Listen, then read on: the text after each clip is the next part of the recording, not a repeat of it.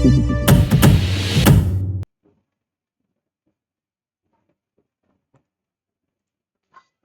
50 वर्ष से ऊपर था, तब भी युवकों से अधिक बलिष्ठ और दृढ़ था। चमड़े पर झुर्रियां नहीं पड़ी थीं।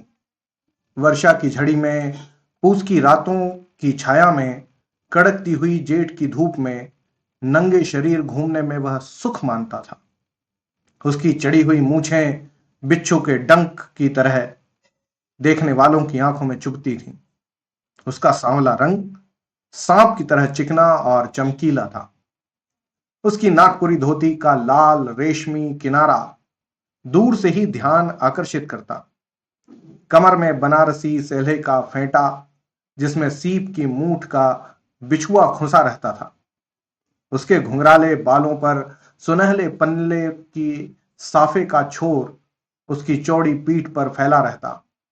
ऊंचे कंधे पर टिका हुआ चौड़ीदार धार का गंडासा, यह भी उसकी धज।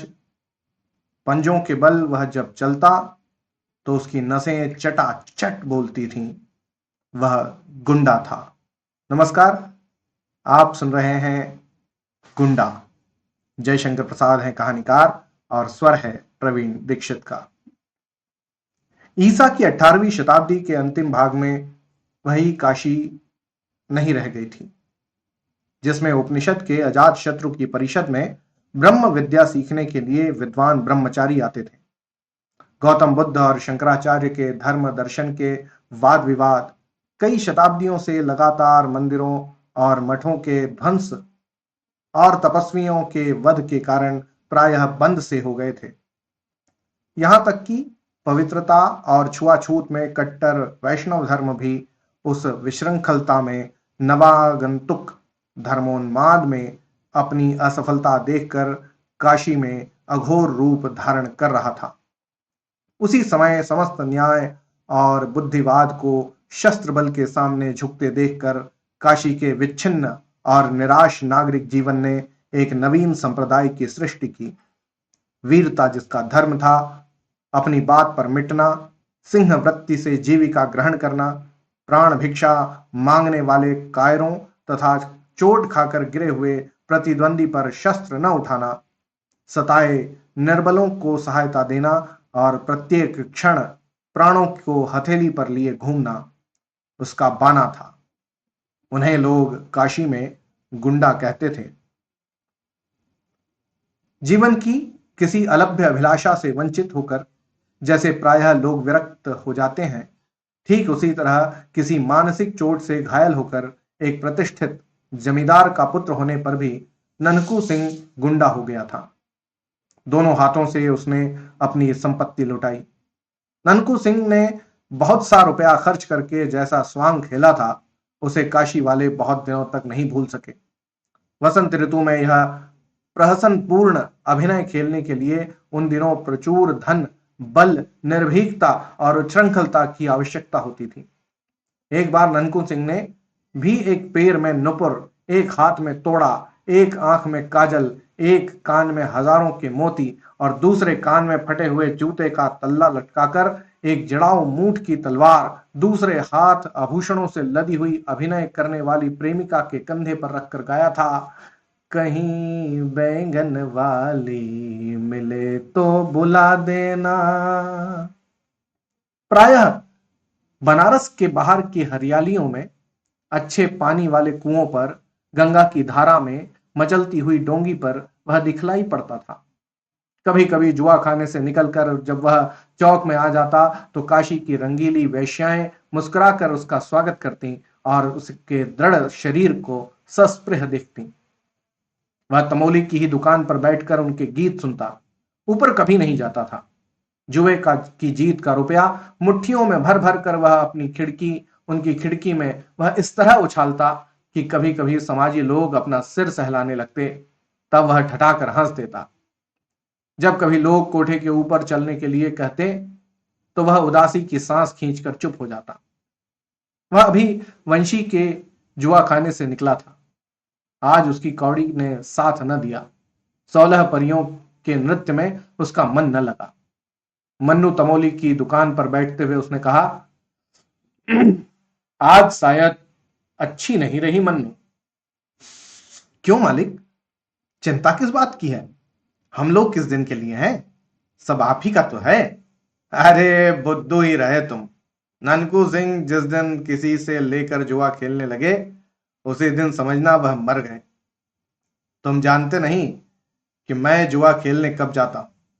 जब मेरे पास एक पैसा नहीं रहता।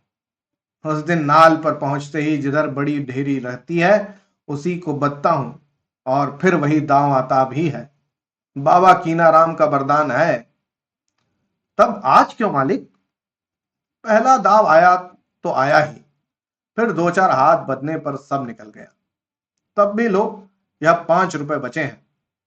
1 रुपया तो पान के लिए रख लो, और 4 दे दो मलू की कथक को। कह दो कि दुलारी से गाने के लिए कह दे। हाँ, वही एक गीत, बिल्मी विदेश रहे।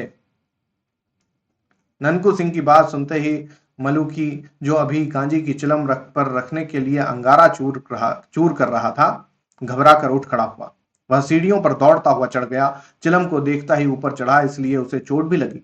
पर ननकू सिंह की भ्रकुटी देखने की शक्ति उसमें कहां।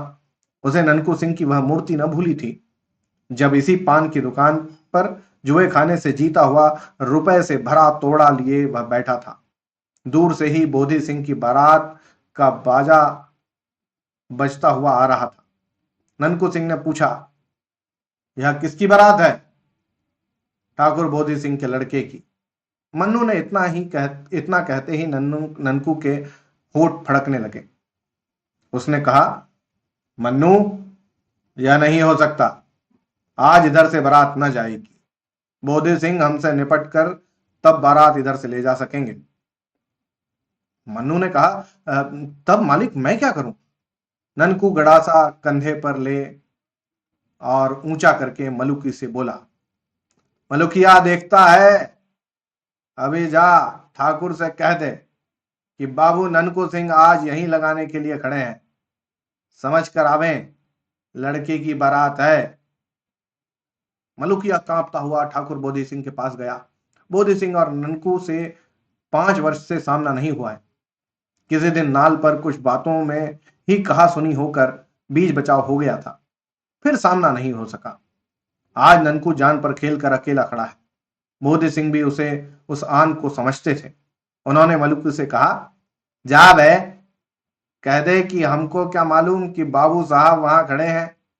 जब वह है ही तो दो समधी जाने का क्या काम है। बोधी सिंह लौट गए और मलुकी के कंधे पर तोड़ा लाद कर बाजे के आगे ननकू सिंह बारात लेकर गए। ब्याह में जो कुछ लगा खर्च किया। ब्याह कराकर तब दूसरे दिन इसी दुकान पर आकर रुक गए। लड़के को और उसकी बारात को उसके घर भेज दिया। मलुकी को भी 10 रुपया मिला था उस दिन।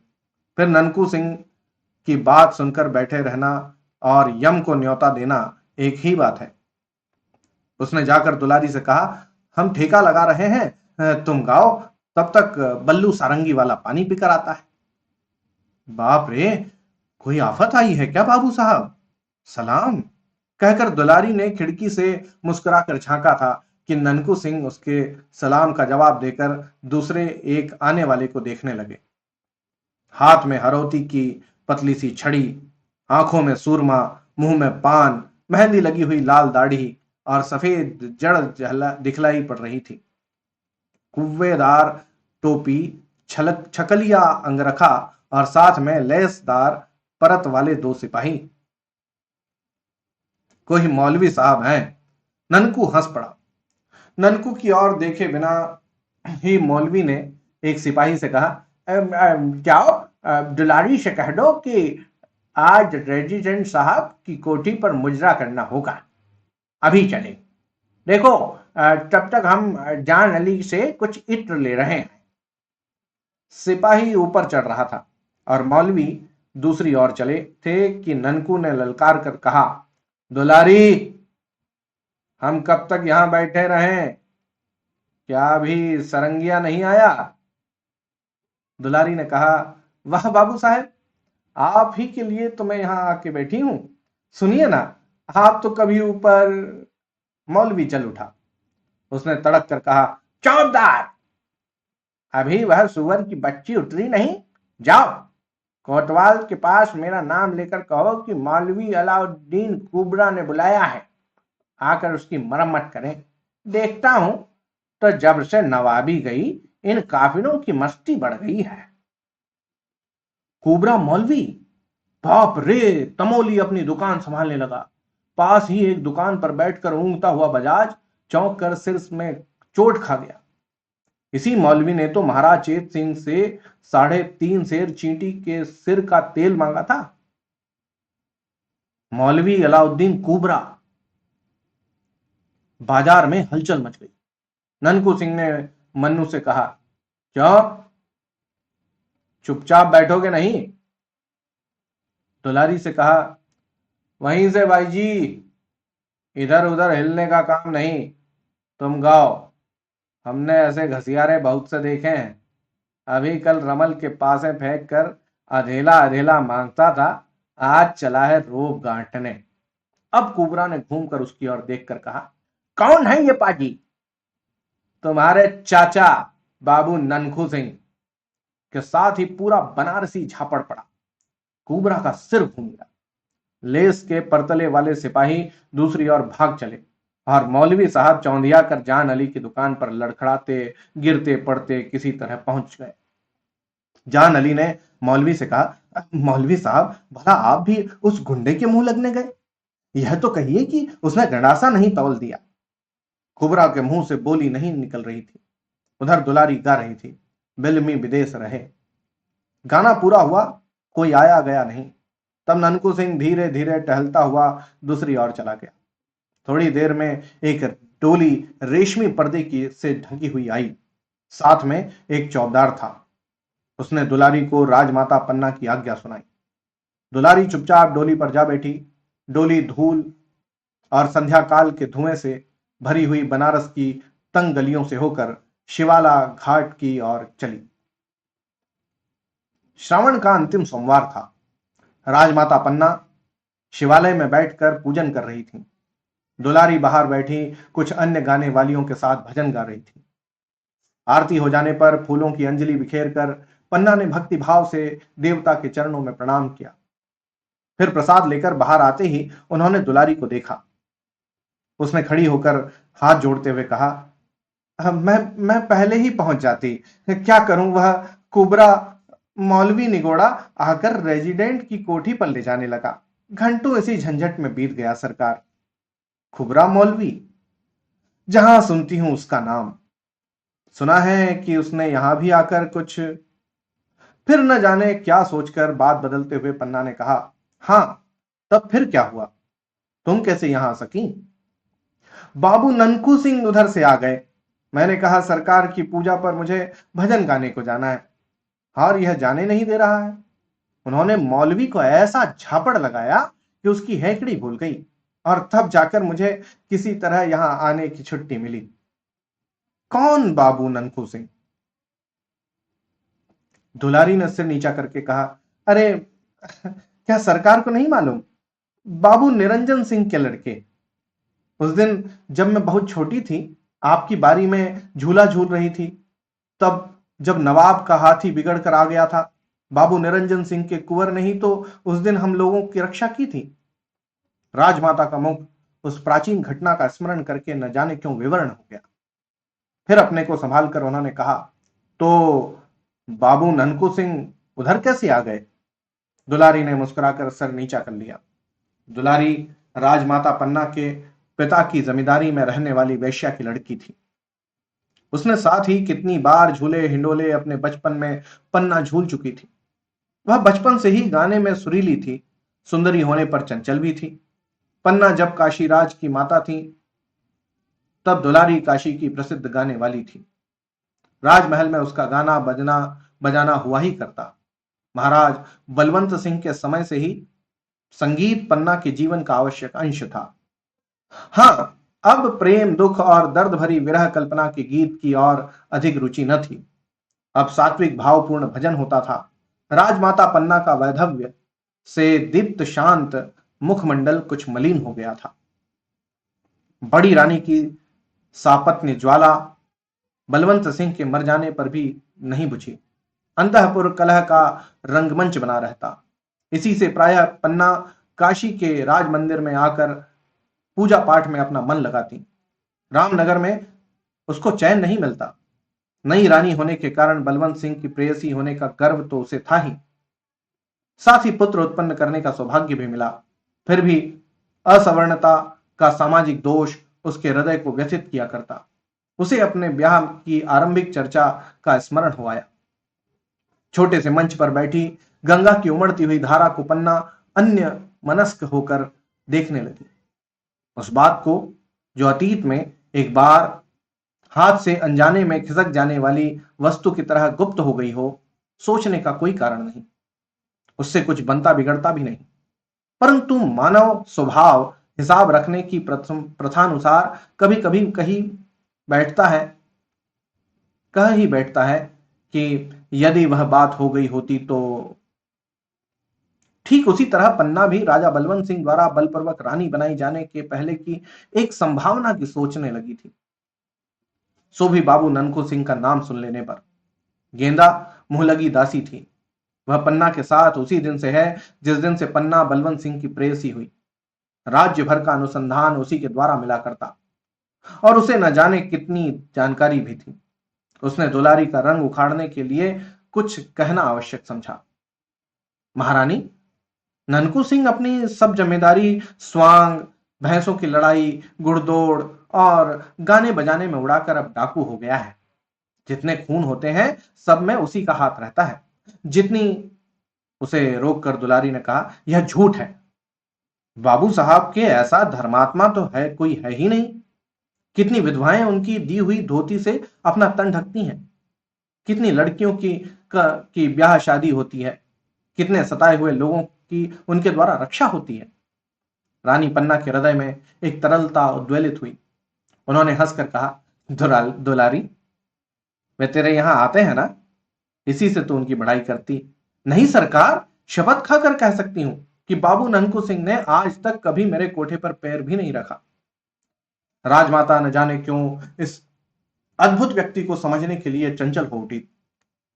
तब भी उन्होंने दुलारी को आगे कुछ न कहने के लिए तीखी दृष्टि से देखा। वह चुप हो गई। पहले पहर की शहनाई बजने लगी। दुलारी छुट्टी मांगकर डोली पर बैठ गई। तब गेंदा ने कहा, सरकार, आजकल नगर की दशा बड़ी बुरी है। दिन दहाड़े लोग लूट लिए जाते हैं। सैकड़ों जगह नाला पर जुए में लोग अपना सर्वस्व गंवाते हैं।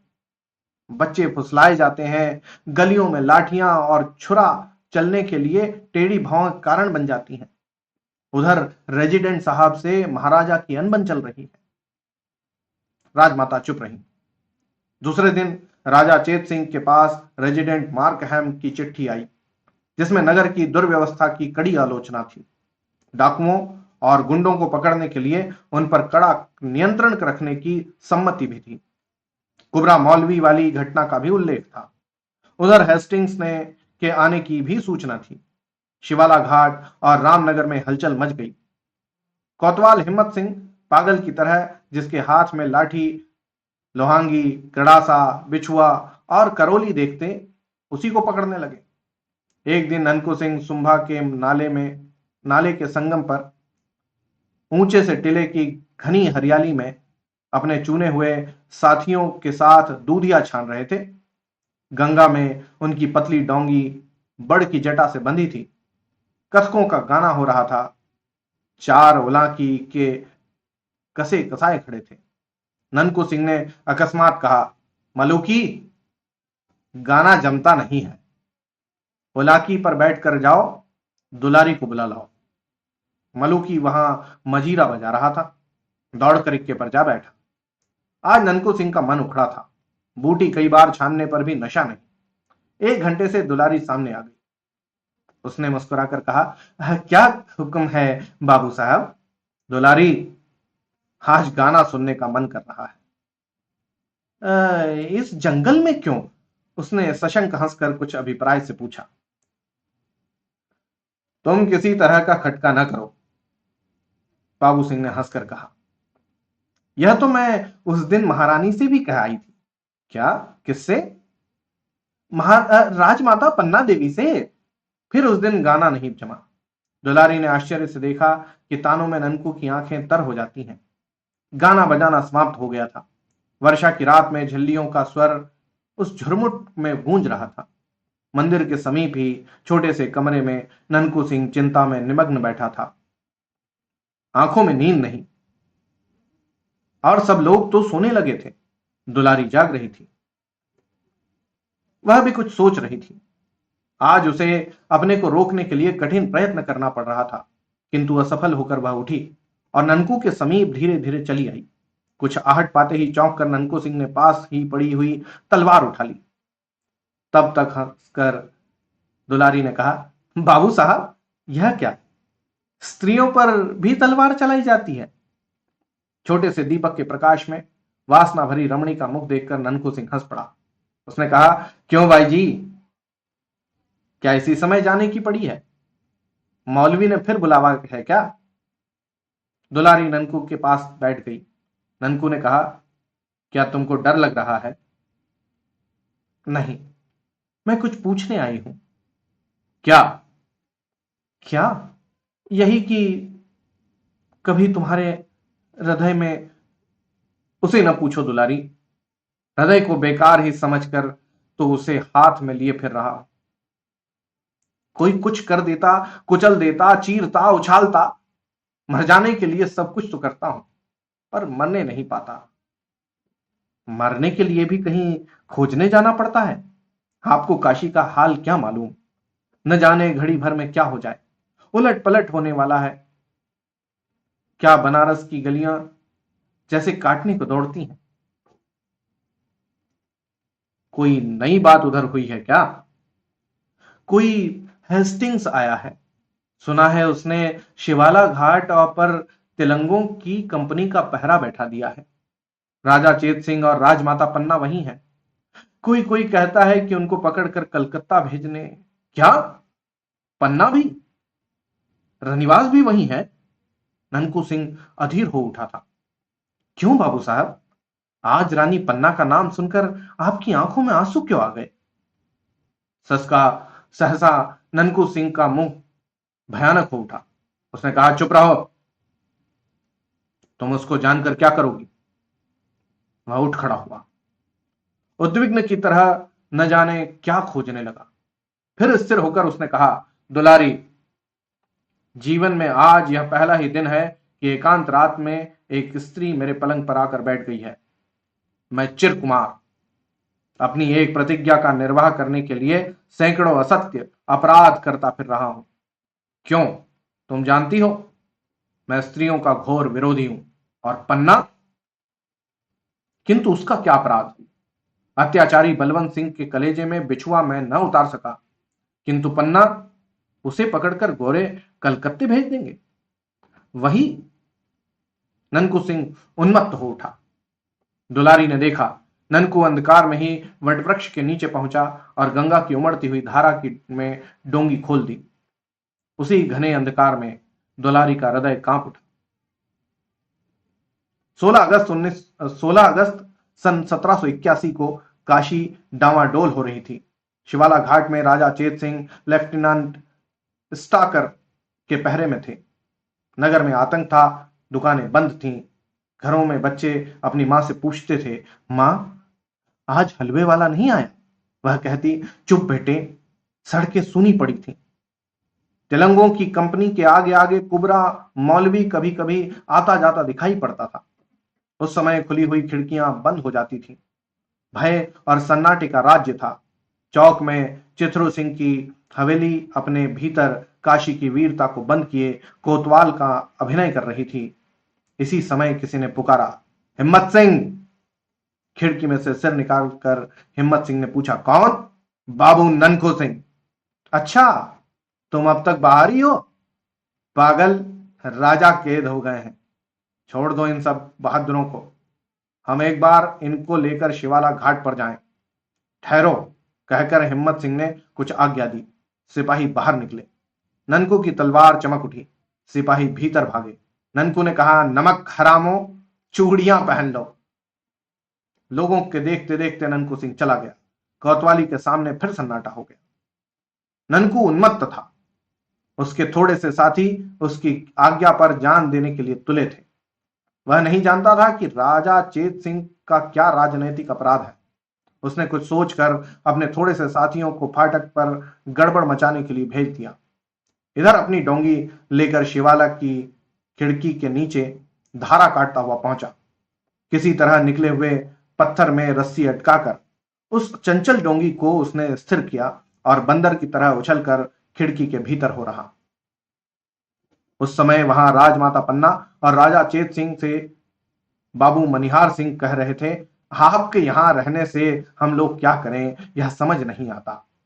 पूजा पाठ समाप्त करके आप रामनगर चली गई होती तो यह। तेजस्विनी पन्ना ने कहा, अब मैं रामनगर कैसे चली जाऊं?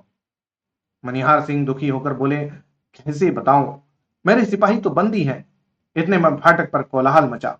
राज परिवार अपनी मंत्रणा में डूबा था कि ननकू सिंह का आना उन्हें मालूम हुआ। सामने का द्वार बंद था। ननकू सिंह ने एक बार गंगा की धारा को देखा। उसमें एक नाव घाट पर लगने के लिए लहरों से लड़ रही थी। वह प्रसन्न हो उठा। उसी की प्रतीक्षा में वह रुका था। उसने जैसे सबको सचेत करते हुए कहा, महारानी कहाँ है? सबने घूम कर देखा। एक अपरिचित वीर मूर्ति, शस्त्रों से लदा हुआ पूरा देव। चेत सिंह ने कहा, तुम कौन हो? राज परिवार का एक बिना दाम का सेवक। पन्ना के मुंह से हल्की सी एक सांस निकल कर रह गई। उसने पहचान लिया, इतने वर्षों के बाद वही ननकू सिंह। मनिहार सिंह ने पूछा, तुम क्या कर सकते हो? मैं मर सकता हूं। पहले महारानी को डोंगी पर बिठाइए, नीचे दूसरी डोंगी पर अच्छे मल्लाह है, फिर बात कीजिए। मनिहार सिंह ने देखा, जनानी ड्योढ़ी का दरोगा राज की एक डोंगी पर 4 मल्लाहों के साथ खिड़की से नाव सटाकर प्रतीक्षा में है। उन्होंने पन्ना से कहा, चलिए मैं साथ चलता हूं। और चेत सिंह को देखकर पुत्र वत्सला ने संकेत से एक प्रश्न किया। उसका उत्तर किसी के पास न था। मनिहार सिंह ने कहा, तब मैं यहीं। ननकू ने हंसकर कहा, मेरे मालिक, आप नाव पर बैठें। जब तक राजा भी नाव पर न बैठ जाएंगे तब तक 17 गोली खाकर भी ननकू सिंह जीवित रहने की प्रतिज्ञा करता है। पन्ना ने ननकू को देखा। एक क्षण के लिए चारों आंखें मिली, जिनमें जन्म जन्म का विश्वास ज्योति की तरह जल रहा था। फाटक बलपूर्वक खोला जा रहा था। ननकू ने उन्मत्त होकर कहा, मालिक जल्दी कीजिए। दूसरे क्षण पन्ना डोंगी पर थी और ननकू सिंह फाटक पर स्टाकर के साथ। चेतराम ने आकर एक चिट्ठी मनिहार सिंह के हाथ में दी। लेफ्टिनेंट ने कहा, आपके आदमी गड़बड़ मचा रहे हैं। अब मैं अपने सिपाहियों को गोली चलाने से नहीं रोक सकता। मेरे सिपाही यहां कहां है साहब? मनिहार सिंह ने हंसकर कहा। बाहर कोलाहल बढ़ने लगा। चेतराम ने कहा, पहले चेत सिंह को कैद कीजिए। कौन ऐसी हिम्मत करता है? कड़क कर कहते हुए बाबू मनिहार सिंह ने तलवार खींच ली। अभी बात पूरी न हो सकी थी, कुबरा मौलवी वहां पहुंचा। यहां मौलवी साहब की कलम नहीं चल सकती थी और न ये बाहर ही जा सकते थे। उन्होंने कहा, देखते क्या हो चेतराम? चेतराम ने राजा के ऊपर हाथ रखा ही था कि ननकू सिंह के सदे हुए हाथ ने उसकी भुजा उड़ा दी। स्टाकर आगे बढ़े। मौलवी साहब चिल्लाने लगे। ननकू सिंह ने देखते देखते स्टाकर और उसके कई साथियों को धराशायी किया। फिर मौलवी साहब कैसे बचते? ननकू सिंह ने कहा, क्यों, उस दिन के झापड़ ने तुमको समझाया नहीं पाजी? कहकर ऐसा साफ जनेवा मारा कि कुबरा ढेर हो गया। कुछ ही क्षणों में यह भीषण घटना हो गई जिसके लिए अभी कोई प्रस्तुत न था। ननकू सिंह ने ललकार कर चेत सिंह से कहा, आप क्या देखते हैं, उतरिए डोंगी पर। उसके घावों से रक्त के फुहारे छूट रहे थे। उधर फाटक से तिलंगे भीतर आने लगे थे। चैत सिंह ने खिड़की से उतरते हुए देखा कि 20 तिलंगों की संगीनों में वह अबचल खड़ा होकर तलवार चला रहा है। ननकू ने के चट्टान सदृश शरीर से गैरिक की तरह रक्त की धारा बह रही है। गुंडे का एक एक अंग कटकर वहीं गिरने लगा। वह काशी का गुंडा था।